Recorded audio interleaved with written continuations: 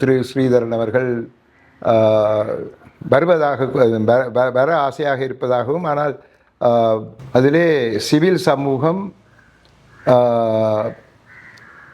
University, பல்கலைக்கழக மாணவர்கள் ஒன்றியம், சர்வதேச குற்றவியல் நீதிமன்றத்துக்கு ICCக்கு இங்கே நாங்கள் எங்களுடைய நாட்டில் நடந்த குற்றங்களுக்கு அவை கொண்டு போக முடியாமல் இருக்குது. பிறகு அதை எப்படி செய்ய போகிறோம்னு எங்களுக்கு தெரியல. அந்த பொது வேட்பாளர் வந்ததன் பிற்பாடு அவரின் தலைமைத்துவத்தின் கீழே நாங்கள் அதை செய்வோம். பிரதான வேட்பாளர்களோடு பேசி என்ன தருவீர்கள் என்பதை பற்றியெல்லாம் அறிவதற்கு அதற்கென ஒரு சிலரை இது எல்லாத்தையும் நாங்கள் ஒரு நிறுவனப்படுத்தி ஒரு ஆர்கனைஸ் விதத்தில் நாங்கள் செய்து கொண்டு போக பார்க்குறோம். அந்த காலகட்டத்திலே 2000ஆம் ஆண்டிலே அந்த பிரதேசங்களின் ஒன்றிணைப்பு, யூனியன் ஆஃப் ரீஜன்ஸ் என்ற முறையிலே அவர் கொண்டு வந்த அந்த அதாவது பொது வேட்பாளர் வந்தால் தமிழ் மக்களுடைய பிரச்சனைகளை வெளிக்கொண்டு வருவார், தமிழ் மக்களுடைய ஐக்கியத்தை நிலைநிறுத்துவார். ஆகவே இவ்வாறான சில பிரச்சனைகள் இருந்து அரசியல்வாதிகள் இன்று அதிகம் வரவில்லை. தோக்கிறதுக்கு தான் இதில் கண்டெஸ்ட் பண்ணுறோம். தேர்தலில் நிற்கிறதே தோக்கிறதுக்காக வேண்டி. பொது வேட்பாளர்கள் தொடர்பில் தற்பொழுது பேச்சுக்கள் முன்னெடுக்கப்படுவதாக கூறப்படுகின்றது. பொது வேட்பாளர் தொடர்பில் தமிழ் கட்சியினுடைய நிலப்பாடு இன்று வரை சமயம் என்ன முடிவில் இருக்கிறது? இன்று நாங்கள் ஒரு கூட்டத்தை கூட்டினோம். அதிலே சிவில் சமூகம், யூனிவர்சிட்டி, பல்கலைக்கழக மாணவர்கள் ஒன்றியம் போன்றவர்கள் அதிலே பங்கு பெற்றினார்கள். பலவித காரணங்களினால் அரசியல் தலைவர்கள் வர முடியாமல் போய்விட்டது. திரு ஸ்ரீதரன் அவர்கள் வருவதாக வர ஆசையாக இருப்பதாகவும், ஆனால் வவுனியாவிலே ஒரு கூட்டம், கிளிநொச்சியில் ஒரு கூட்டம் இருப்பதாக கூறியிருந்தார். செல்வம் வெளிநாடு சென்றிருக்கின்றார். சுரேஷ் வருவதாக கூறினார், வர முடியவில்லை அவர். ஆகவே இவ்வாறான சில பிரச்சனைகள் இருந்து அரசியல்வாதிகள் இன்று அதிகம் வரவில்லை. நான் மட்டும்தான் ஒரு அரசியல்வாதி. ஆனால் சிவில் சமூகத்தவர்களும் ஊடகத்தினரும் யூனிவர்சிட்டி பல்கலைக்கழக மாணவர்களும் அவர்களுடைய ஒன்றியத்தின் அலுவலர்களும் இங்கு வந்திருந்தார்கள். அவர்களிடையே நாங்கள் இது சம்பந்தமாக அவருடைய கருத்துக்களை கேட்டறிந்தோம். அதாவது பொது வேட்பாளரை நிறுத்துவதற்கு அவர்களுடைய சம்மதத்தை, அவர்களுடைய கருத்தை கேட்டதிலே எல்லோருமே ஏகமனதாக ஒரு பொது வேட்பாளரை நிறுத்த வேண்டிய அவசியம் தற்போது தமிழ் மக்களுக்கு இருக்கின்றது என்பதை ஏற்றுக்கொண்டார்கள். இனி அடுத்த கூட்டத்திலே நாங்கள் அரசியல் தலைவர்களையும் சேர்த்து கொண்டு ஒரு கூடிய சிவில் சமூகத்தையும் கூட்டி ஒரு 50-60 பேரையும் கூட்டி, அதாவது தமிழ் மக்களினுடைய கருத்துக்களை பிரதிபலிக்கக்கூடியவர்களை நாங்கள் கூட்டி அவர்களுக்கூடாக இது சாத்தியமான ஒரு விடயமா, இதை செய்வதற்கு எல்லோரும் ஒருங்கிணைந்து அதற்கு ஆதரவு தருவார்களா என்ற பல விடயங்களையும் பேச இருக்கின்றோம். இன்று ஆரம்ப கட்டமாக சில விடயங்களை நாங்கள் பேசியிருந்தோம். முக்கியமாக யூனிவர்சிட்டி பல்கலைக்கழக ஒன்றியத்தவர்களுக்கு நாங்கள் யாரோ ஒருவரை தேர்ந்தெடுத்து மக்கள் அவருக்கு வாக்களிக்க வேண்டும் என்ற எண்ணத்தில் இருக்கின்றோமா என்ற ஒரு கேள்வி எழுந்திருந்தது. நாங்கள் அப்படி அல்ல, பொதுக்குழுவை முதலில் கூட்டி பொதுக்குழுவில் இருந்து ஒருவரை நாங்கள் தேர்ந்தெடுக்க இருக்கின்றோம் என்று கூறும்போது அவர்களுக்கு அது அவர்களுடைய சந்தேகத்தை நிவர்த்தி செய்வதாக அது அமைந்தது. ஆகவே இவ்வாறான சில கேள்விகளுக்கு நாங்கள் பதில்கள் சொல்லிக் கொண்டிருந்தோம். ஒரு குறிப்பு அவர்கள் எல்லோருக்கும் இது சம்பந்தமாக அனுப்பப்பட்டிருக்கின்றது. நீங்கள் பத்திரிகையாளருக்கு கேட்டாலும் அந்த குறிப்புகளை நாங்கள் உங்களுடைய இமெயிலுக்கு அனுப்பிவிடுவோம். இதுதான் இது இன்றைய கூட்டத்திலே நடந்தது. பூர்வாங்க ஆராய்வு. அந்த ஆராய்வின் நிமித்தம், ஆராய்வின் அடிப்படையிலே ஒரு பொது வேட்பாளரை நிறுத்த வேண்டும் என்ற ஒரு திடமான ஒரு கருத்து எல்லோரிடம் காணப்பட்டது. இனி அது எந்த அளவுக்கு அது வலுவுறும் என்பது அடுத்த கூட்டத்தில் தான் தெரிய வரும். ஆகவே இதுவரையிலே அவ்வளவுதான் செய்திருக்கின்றோம். ஆனால் எங்களுடைய ஒரு பொது வேட்பாளரின் காரணத்தினால் என்னென்ன நன்மைகளை நாங்கள் பெற்றுக்கொள்ள முடியும் என்பது சம்பந்தமாக பல விடயங்களை நாங்கள் ஆராய்ந்தடைந்தோம்.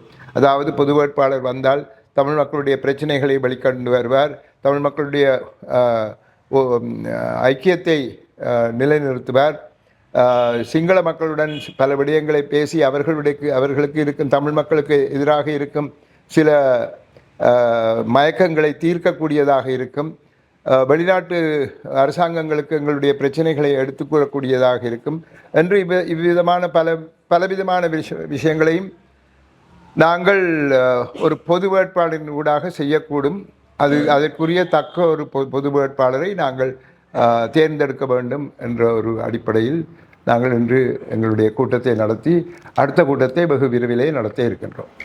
யாரை நிறுத்துவது என்பவர்கள் ஏதாவது முன்மொழிகளை இல்லை, அதை நாங்கள் பேச விரும்பவில்லை, நாங்கள் பேசவும் இல்லை. அதாவது அது நாங்கள் செய்யக்கூடியது ஒன்று அல்ல. பொதுக்குழு என்று எல்லோரையும் கூட்டி வந்து ஒரு 50-60 பேரை கூட்டி வந்து தமிழ் மக்களை பிரதிநிதித்துவப்படுத்துவர்களை அல்லது சிவில் சொசைட்டி சிவில் சமூகத்திலே முக்கியமானவர்கள் என்று கருதப்படுபவர்களையும் பேராசிரியர்கள் போன்ற பலரையும் கூட்டி அதை வைத்துக்கொண்டு அவர்களுக்கூடாக ஒருவரை தேர்ந்தெடுப்பது தான் முறை என்று நாங்கள் கருதுகின்றோம். போட்டியிடுபவர்கள் தமிழ் மக்களுடைய இனப்பிரச்சனை தொடர்பில் எழுத்து மூலமான கோரிக்கையை ராஜேந்திரியன் மட்டத்திலே முன்வைக்க வேண்டும் என்ற ஒரு கருத்தினை தெரிவித்திருந்தீர்கள். அதாவது பலரும் தமிழ் மக்களை தற்போது என்னன்னு சொல்கிறது நாடி வருகின்றார்கள். தெற்கிலிருந்து நாடி வருவது மட்டுமல்லாமல் நீங்கள் எவ்வாறு எங்களுக்கு தமிழ் மக்களுடைய வாக்குகளை பெற்று தருவீர்கள் என்றெல்லாம் சில கேள்விகள் அங்காங்கே ஒவ்வொருவரும் வந்து கேட்கின்ற நிலையிலே எங்களுக்கு ஒரு விடயம் தெரியும். இதுவரை காலமும் அவர்கள் அதை தருவோம் இதை தருவோம் என்று கூறிவிட்டு அதன் எதுவுமே தரவில்லை, தரமாட்டார்கள். ஆகவே இந்த நிலையிலே நாங்கள் என்ன செய்ய வேண்டும் என்று யோசித்த போது, சரி நீங்கள் எங்களிடமிருந்து சில நன்மைகளை பெற வேண்டுமென்றால் என்ன எங்களுக்கு தரப்போகின்றீர்கள் என்பதை எழுத்திலே அடக்கி எங்களுக்கு தர வேண்டும். அந்த எழுத்திலே நீங்கள் எழுதி தருவதை ஒரு டிப்ளமேட் ஒரு ராஜதந்திர மட்டத்திலே ஒரு 1 அல்லது 2 நாடுகளினுடைய ராஜதந்திரிகளுக்கு முன்னிலையிலே எழுத்திலே கையெழுத்திட்டால்தான் நாங்கள் அதனை ஏற்றுக்கொள்ளலாம். அதன் பின்பாடு எங்களுடைய பொது வேட்பாளரை நாங்கள் போட்டியிலிருந்து வெளியேற்ற மாட்டோம். அவர்களுக்கு விருப்பு வாக்கை கொடுக்கக்கூடிய ஒரு நிலையை ஏற்படுத்தலாம். ஆகவே இது சம்பந்தமாக ஒவ்வொருத்தரும் என்னென்னத்தை சொல்லுகின்றார்கள், எதை தர இருக்கின்றார்கள், எதை தருவதாக அவர்கள் வாக்களிக்கின்றார்கள் என்பதை பார்த்து அதனை எழுத்தில் வாங்கி அடுத்த கட்டத்துக்கு நாங்கள் செல்ல இருக்கின்றோம். சந்திரிகா அம்மையாருடைய தீர்வு திட்டம் நல்ல விடயம் என்றும் குறிப்பிட்டிருந்தீர்கள்.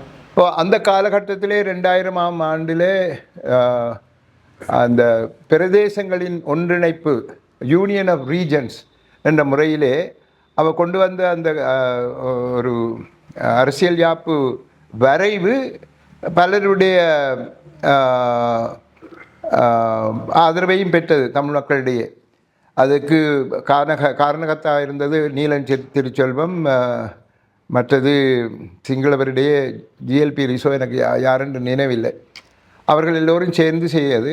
ஆனால் அதனை கொண்டு வந்தவுடன் பாராளுமன்றத்திலே அதனை எரித்தது ரணில் விக்ரமசிங்கவும் அவருடைய கட்சியினரும்.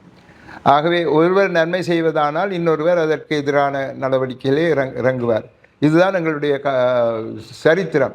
அந்த வரலாற்றிலிருந்து நாங்கள் வரலாற்றில் திரும்பவும் அந்த வரலாற்றை அவர்கள் நிலைநிறுத்துவதை இல்லாதாக்கி என்ன விதத்திலே நாங்கள் அதனை கொண்டு நடத்தலாம், எங்களுக்கு நன்மையை பெற்றுக்கொள்ளலாம் என்பதை சிந்தித்து செயலாற்ற வேண்டும் என்றபடியால் தான் நான் அதனை தெரிவித்திருந்தேன்.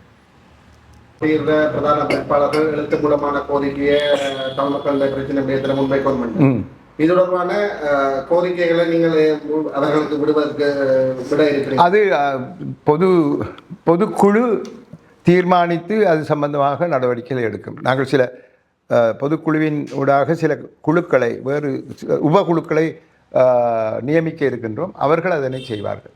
அந்த பிரதான இணைய வேட்பாளர்களோடு பேசி என்ன தருவீர்கள் என்பதை பற்றியெல்லாம் அறிவதற்கு அதற்கென ஒரு சிலரை இது எல்லாத்தையும் நாங்கள் ஒரு நிறுவனப்படுத்தி ஒரு ஆர்கனைஸ் விதத்தில் நாங்கள் செய்து கொண்டு போக பார்க்குறோம்.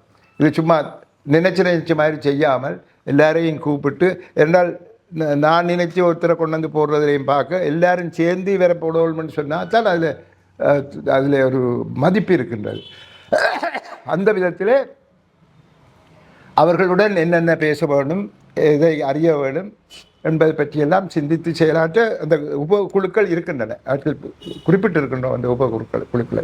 நீங்கள் ஏனைய சிங்கள வேட்பாளர்களும் தமிழ் மக்கள் விடயத்திலே அந்த தீர்வு திட்டத்தை என்ன அதிகாரத்தை தரப்போனீங்கன்றது தேர்தல் ஞாபகத்தை குறிப்பிட்டு அது சம்பந்தமா இந்த ஏனைய போட்டியிடுற ஏனைய வேட்பாளர்களுக்கு நீங்கள் கோரிக்கை முன்வைக்க விரும்புகிறீங்க? இப்ப செய்யல. எங்களுடைய அந்த பொது வேட்பாளர் வந்ததன் பிற்பாடு அவரின் தலைமைத்துவத்தின் கீழே நாங்கள் அதை செய்வோம். விடயம் தொடர்பில் 2 தினங்களுக்கு முன்னர் தமிழகம் வந்த இந்திய பிரதமர் கருத்துக்களை வெளியிட்டிருக்கின்றார். தொடர்ச்சியாக இந்த பேச்சுக்கள் இருக்க வேண்டிய கருத்து கூறியிருக்கிற நிலையில் தொடர்ச்சியாக கச்சத்தீவு விடயத்திலே காங்கிரஸ் அரசாங்கம் அந்த செய்த சதியினால்தான் அது எங்களுக்கு இருக்க வேண்டிய சொத்து இலங்கைக்கு தாரவாக்கப்பட்டது மாதிரி நேற்று முன்தினமும் தமிழகத்தில் பிரச்சார கூட்டங்களில் பங்குபட்ட மோடி அவர்கள் கருத்து தெரிவிக்க. இதை நீங்கள் எப்படி பார்க்க? அதான் ஏற்கனவே நான் கூறியிருக்கின்றேன். மோடியினுடைய நிலையில இருந்து இந்த காகம் கூட போகாத ஒரு சின்ன இடத்துக்காண்டி இவ்வளவெல்லாம் பேச வேண்டிய அவசியம் இல்லை. அதில் ஆக இந்த வேலைகளை இந்த மீன்பிடி வேலைகளை கொண்டு போய் காய வைக்கிறது இதுகள் தான் நாங்கள் செய்யக்கூடியது. இல்லைன்னா வெறும் மண். அங்கே ஒரு சர்ச் இருக்குது, அவ்வளோதான். ஆகவே அப்படிப்பட்ட ஒரு விடயம் சம்பந்தமாக இந்த பெரிய இந்தியாவினுடைய பிரதமர் இவ்வளவு உக்கிரமாக பேசுகின்றார் என்றால் அரசியல் ரீதியாக ஒருவேளை இதை ஒரு காரணமாக வைத்து காங்கிரஸையும் டிஎம்கேயும் அதனுடைய சேர்த்து அவர் அரசியல் லாபம் பெற எத்தனிப்பார். ஆனால் இது ஒரு சிறிய விடயம் அவர் அவ்வாறு செய்வதற்கு. ஆகவே என்னை பொறுத்தவரையிலே இது வேறு பின்னர் வரக்கூடிய சில விடயங்களுக்கு ஒரு முன்னேற்பாடாக இவர் இதை செய்கின்றார் என்பது என்னுடைய கருத்து. ஆகவே வருங்காலத்திலே சில நடவடிக்கைகளை எடுக்க இருக்கின்றார். அந்த நடவடிக்கைகளுக்கு முன்னேற்பாடாகத்தான் இது சம்பந்தமான விடயங்கள் இப்பொழுது பேசப்பட்டு வருகின்றன என்பது என்னுடைய கருத்து. அது பூகோள அரசியலோடு சம்பந்தப்பட்டது. அது இருந்துதான் பார்க்க வேண்டும். இதோட சர்வதேச நீதிமன்றத்துக்கும் போறதுக்கு சந்தர்ப்பம் இருக்கட்டும். தமிழ்நாட்டில் சில அரசியல்வாதிகள் கூறியிருக்கணும். அப்படி போய் அதை பெற்றுக்கொள்றதுக்கு சந்தர்ப்பம் இருக்கா? அதை நான் பரிசீலித்து பார்க்க இல்லை. சர்வதேச குற்றவியல் நீதிமன்றத்துக்கு ஐசிசிக்கு இங்கே நாங்கள் எங்களுடைய நாட்டில் நடந்த குற்றங்களுக்கு அவையை கொண்டு போக முடியாமல் இருக்குது. பிறகு அதை எப்படி செய்ய போகிறோம்னு எங்களுக்கு தெரியல.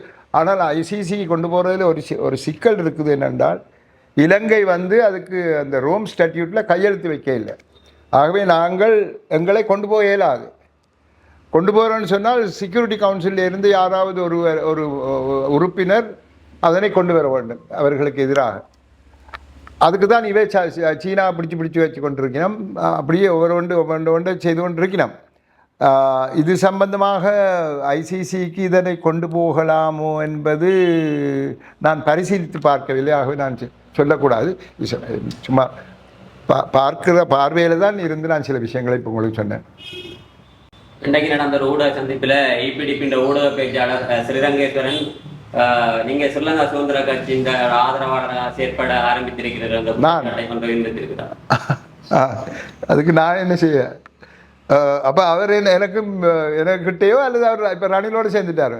அவர் முந்தி ஒரு கட்சியோடு இருந்தவர், இப்போ அவருடைய தலைவர். அப்போ இப்போ அவர் ஸ்ரீலங்காவோடு நான் சேர்றேன்னால் அவருக்கு ஒரு பிரச்சனையாக இருக்கும். எனக்கு தெரியல என்னென்னு.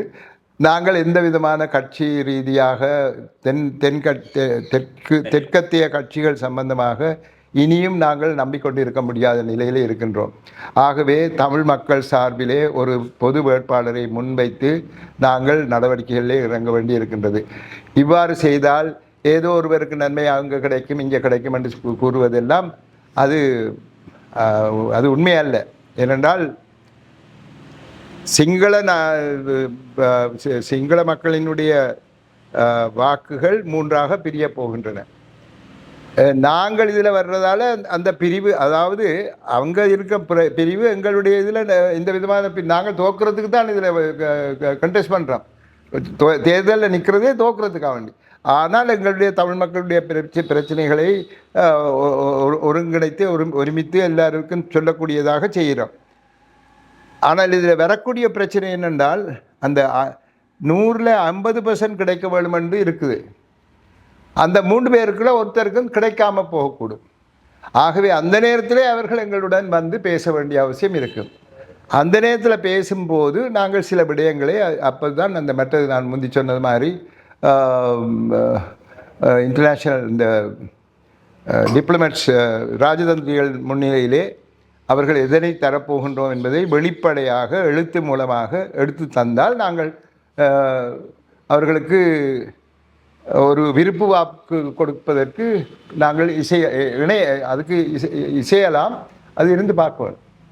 அவர் குறிப்பிட்டிருக்கிறார், இன்றைக்கு உத்தியோகமாக அறிவிச்சிருக்கார், மொட்டு வேட்பாளர் நிறுத்தினாலும் EPDP ஆதரவு தெரிவிக்காது, ரணில் தான் போட்டியிடுவார், ரணிலுக்கு தான் எங்களுடைய ஆதரவு அவர் சொன்னார். சரி நான் நினைக்கையில் மொட்டு வேட்பாளர் ஒருவர் வந்தால் அது மோட்டு வேலையாக இருக்கும். மொட்டு வரக்கூடாது என்றால் அது ராஜபக்சவினுடைய அவர்கள் முன் வந்திருக்கின்றார்கள் என்றும் சிங்கள மக்கள் அதனை ஏற்றுக்கொள்ள மாட்டார்கள். அந்த உயிர்த்த ஞாயிறுக்கு பிறகு என்ன அடிப்படையில் எவ்வாறு மதமானது ஒரு ஆயுதமாக பாவிக்கப்பட்டது அரசியலுக்காக என்பது சம்பந்தமாக எல்லாம் சிங்கள மக்களிடையே நன்றாக புரிந்துணர்வு இருக்கின்றது. அவர்கள் மொட்டிலிருந்து 6வது ஒருவரை முன்வைக்க மாட்டார்கள் என்பது என்னுடைய கருத்து.